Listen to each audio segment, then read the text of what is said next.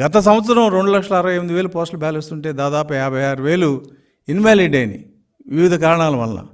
కాబట్టి ఇన్వాలిడ్ అనేది ప్రజాస్వామ్యంలో అది మంచి పద్ధతి కాదు. దాంట్లో ఉద్యోగస్తులు వేసిన ఓట్లు ఇన్వాలిడ్ అవ్వడం అనేది మంచి సాంప్రదాయం కాదు. కాబట్టి ఇటువంటి చిన్న చిన్న పొరపాట్లను కూడా కన్సిడర్ చేయమని చెప్పి మేము అడిగాం. అది కేంద్ర ఎన్నికల కమిషనర్, రాష్ట్ర ఎన్నికల కమిషనర్ ఒప్పుకోవడం జరిగింది. మరి ఇంత జరిగిన తర్వాత ఎందుకు వైసీపీ గోల్ చేస్తుందో మాకు అర్థం కావట్లా. మాకున్న సమాచారం ప్రకారం ఏంటంటే కొన్ని నియోజకవర్గాల్లో వీళ్ళ తొత్తులైన అధికారులను దగ్గర పెట్టుకొని స్టాంపులు తీసేయటం, సీల్ తీసేయటం, వెనకాల ఫాస్మెయిల్ లేకుండా చేయటం అనేది కావాలని చేసిన సమాచారం మా దగ్గర ఉంది. అంటే అటువంటివన్నీ రిజెక్ట్ అవుతే ఆ నియోజకవర్గంలో వాళ్ళ క్యాండిడేట్ని గెలిపించిన అవకాశం ఉందనే ఒక దురుద్దేశంతోనే వాళ్ళు దీని మీద ఇంత రచ్చ చేస్తున్నారనేది వాళ్ళు స్పష్టంగా మాకు అర్థమైంది. వాళ్ళు ఏం రచ్చ చేసినా, ఎటువంటి ప్రయత్నాలు చేసినా కేంద్ర ఎన్నికల కమిషన్ ఇచ్చిన గైడ్లైన్స్ ప్రకారం పోస్టల్ బ్యాలెట్లు ఖచ్చితంగా ఏ చిన్న చిన్న పొరపాట్లు ఉన్నా కూడా వాటిని వ్యాలిడ్ చేయడం జరుగుతుంది. వీళ్ళు హైకోర్టు కాదు సుప్రీంకోర్టుకి వెళ్తారు. ఎందుకంటే వీళ్ళ కోర్టుకి వెళ్ళడం వాళ్ళకి కొత్త కాదు. కోర్టు ఇచ్చిన ఆర్డర్ని అయితే వీళ్ళు ఫాలో గారు. కానీ కోర్టుకి వెళ్ళడం అయితే వీళ్ళకి, ఎందుకంటే ప్రభుత్వం ఖర్చు ఇదంతా మేము పార్టీ తరఫున కానీ లేకపోతే ఇంకో తరఫున కానీ పెడితే ప్రైవేట్ వ్యక్తులు ఖర్చు పెట్టుకోవాలి. కానీ ప్రభుత్వం తరఫున వెళ్తే ప్రభుత్వం పెట్టుకుంటుంది. వాళ్ళకి వచ్చే నష్టం కూడా ఏం లేదు. కానీ అల్లరి చేయటం, లేని విషయాన్ని ఉందని చెప్పి అల్లరి చేసే విధానంలో వైసీపీ చాలా దుర్మార్గంగా ఉంది. వీళ్ళకి నిజాయితీ ఉంటే కేంద్ర ఎన్నికల కమిషన్ ఇచ్చిన దాన్ని ఆమోదించాలి. రాష్ట్ర ఎన్నికల కమిషన్ ఇచ్చిందే తప్పితే ఖచ్చితంగా హైకోర్టు రిట్ని అలో చేస్తూ ఏదో ఒక ఆర్డర్ ఇచ్చేది.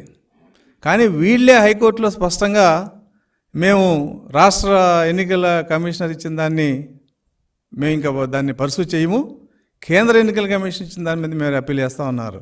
అంటే ఏంటి, రాష్ట్ర ఎన్నికల కమిషన్ ఇచ్చింది చట్టబద్ధమే అనేది అక్కడ కోర్టులో వాళ్ళు చెప్పడం జరిగింది స్పష్టంగా. కాబట్టి కేంద్ర ఎన్నికల కమిషన్ ఇచ్చిన ఆదేశాలని వాళ్ళు ఛాలెంజ్ చేస్తూ ఉంటున్నారు. కాబట్టి ఈ రకమైన ట్విస్ట్ అనేది వాళ్ళు చేసుకుని దుష్ప్రచారం వాళ్ళు చేస్తా ప్రజలను కన్ఫ్యూజ్ చేయాల్సిన అవసరం వైసీపీకి ఎందుకు వచ్చిందంటే వీళ్ళు ఖచ్చితంగా వాళ్ళ సొంత అధికారులే కొన్ని కాన్స్టిట్యున్సీలో ఇటువంటి తప్పుడు పనులు చేశారు. కాబట్టే అది వాళ్ళ సక్సెస్ కావట్లేదు. కాబట్టి వీళ్ళు ఇవన్నీ కూడా దుష్ప్రచారం చేస్తూ ఇటువంటి లిటిగేషన్ తయారు చేస్తున్నారనే అభిప్రాయం ఇవాళ చాలామంది లీగల్ ఎక్స్పర్ట్స్లో కూడా ఉంది. ఎందుకంటే స్పష్టంగా అక్కడ కనపడుతుంది. సూర్యుడు తూర్పున ఉదయిస్తున్నాడు అంటే కాదు నేను చూడలేదంటే అది ఆగదు. కేంద్ర ఎన్నికల కమిషన్ ఇచ్చిన సర్క్యులర్ ఇవాళ కాదు 2023లో ఇస్తే ఇన్నాళ్ళు నిద్రపోయారు వీళ్ళు. అదే ఇవాళ చెప్పారు వాళ్ళు. వాళ్ళేం కొత్తగా ఏం చెప్పలా. మేము 2023లో అని చెప్పాము, అదే చెప్తున్నాము, అదే ఫాలో అవ్వండి అని చెప్తున్నారు. సీఈఓ ఆంధ్రప్రదేశ్ కూడా ఏం చెప్పాడు, కేంద్ర ఎన్నికల కమిషన్ ఏం చెప్పిందో మేము అదే ఫాలో అవుతా ఉన్నాడు. మరి ఇక్కడ అస్పష్టత ఏంటి, డిస్ప్యూట్ ఏంటి అనేది వైసీపీకి మరి అర్థమైందో లేదో మాకు తెలియదు.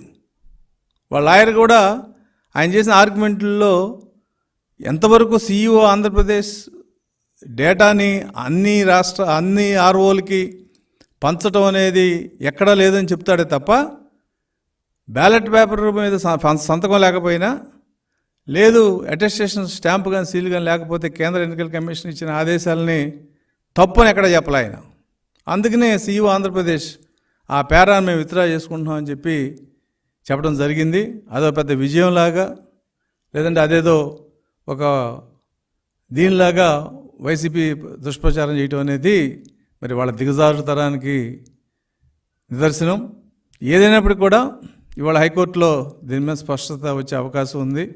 ఒకవేళ ఏదైనా ఇబ్బంది ఉంటే ఖచ్చితంగా దీని మీద మళ్ళీ మేము కేంద్ర ఎన్నికల కమిషన్ కలిసి కేంద్ర ఎన్నికల కమిషన్ ఏదైతే వివరణ ఇచ్చిందో ఆ వివరణ అమలు చేయమని చెప్పి మేము కోరాలని చెప్పి ఒక ఆలోచనలో ఉన్నాం. ఏదైనప్పుడు కూడా వైసీపీ చేస్తున్న ఈ దుష్ప్రచారాన్ని ఉద్యోగ సంఘాలు కూడా ఆలోచన చేయాలి. ఎందుకంటే పోస్టల్ బ్యాలెట్స్ ఉద్యోగులకు మాత్రమే సంబంధించింది. మామూలు సిటిజన్స్కి అది అప్లై కాదు. వాళ్ళు కూడా ఇటువంటి దుష్ప్రచారాన్ని లేదు ఇటువంటి లిటిగేషన్ని మరి ఎదుర్కొని వాళ్ళు కూడా ఈ రిట్లో కలిస్తే బాగుంటుందనే ఒక ఆలోచన మరి తెలుగుదేశం పార్టీ తరఫున వాళ్ళకు కూడా తెలియజేస్తూ, ఏదైనప్పటికీ కూడా రేపు 4వ తారీఖున తెలుగుదేశం పార్టీ విజయం అనేది తథ్యం. చంద్రబాబు నాయుడు గారు మళ్ళీ ముఖ్యమంత్రి అవుతాడనేది వాళ్ళకే తెలుసు. కాబట్టే ఉక్రోషంతో ఇటువంటి లిటిగేషన్లన్నీ తయారు చేస్తున్నారు. ఇటువంటి లిటిగేషన్లన్నీ కూడా వాళ్ళు వేసి కన్ఫ్యూజన్ క్రియేట్ చేసే పరిస్థితుల్లో ఉన్నారనేది ఇవాళ స్పష్టంగా అందరికీ అర్థమైంది.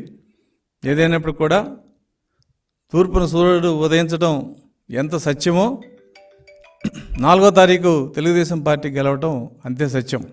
దీన్ని వైసీపీ వాళ్ళు ఒప్పుకున్నా ఒప్పుకోకపోయినా వాళ్ళు ఆల్రెడీ ప్రజాకోర్టులో ఓడిపోతున్నారు. రేపు ఈ కేసు కాదు, చాలా కేసుల్లో వాళ్ళు ఓడిపోయారు. అందుట్లో ఇదొక కేసు అవుతుంది తప్ప దీనివల్ల పోస్టల్ బ్యాలెట్స్లో వచ్చే ఇబ్బంది కానీ తెలుగుదేశం పార్టీ విజయానికి ఇది ఏ రకంగా అడ్డు కాదనే విషయాన్ని నేను తెలుగుదేశం పార్టీ తరఫున ఉద్యోగులందరికీ ప్రజలందరికీ కూడా తెలియజేస్తున్నాను.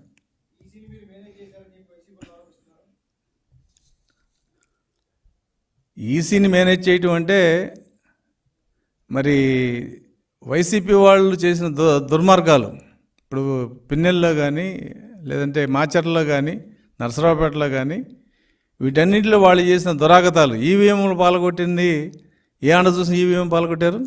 ఇవాళ వరకు అరెస్ట్ కాల రామకృష్ణారెడ్డి. అంటే ఎవరు ఈ వ్యవస్థని మేనేజ్ చేస్తున్నారనేది చెప్పడానికి ఈ చిన్న ఎగ్జాంపుల్ చాలు. తెలుగుదేశం పార్టీ ఎప్పుడు కూడా వ్యవస్థలను మేనేజ్ చేయలేదు. వ్యవస్థలను గౌరవించి వ్యవస్థలు ఇచ్చిన ఇదేదైతే ఉందో చట్టాలని వాటిని గౌరవించడమే తెలుగుదేశం పార్టీకి ఉన్న ఒక సాంప్రదాయం. కాబట్టి మేము తెలుగుదేశం పార్టీ ఎలక్షన్ కమిషన్గా వైరస్ లాగా ఉన్నారు అని చెప్పిన సజ్జల రామకృష్ణారెడ్డికి మళ్ళీ చెప్తున్నాం, మేము ఎలక్షన్ కమిషన్గా వైరస్ అవుతే నువ్వు ఈ రాష్ట్రాన్ని పెట్టిన క్యాన్సర్. అది రేపు 4వ తారీఖున అంటే క్యూర్ అవ్వబోతుంది. ఈ ప్రజలిచ్చే తీర్పు ఖచ్చితంగా వైసీపీకి ఎగనెస్ట్గా ఉందనేది వాళ్ళకి తెలుసు. కాబట్టే ఈ ఆఖరి ప్రయత్నాలుగా ఏదో ఆరిపోయే దీపంకి వెలుగెక్కువని వాళ్ళు ఓడిపోతున్నారు వాళ్ళు తెలిసిన తర్వాత ఇటువంటి ప్రచారాలు చేస్తున్నారనేది ఇవాళ రాజకీయంగా అందరికి కూడా తెలిసిన విషయం.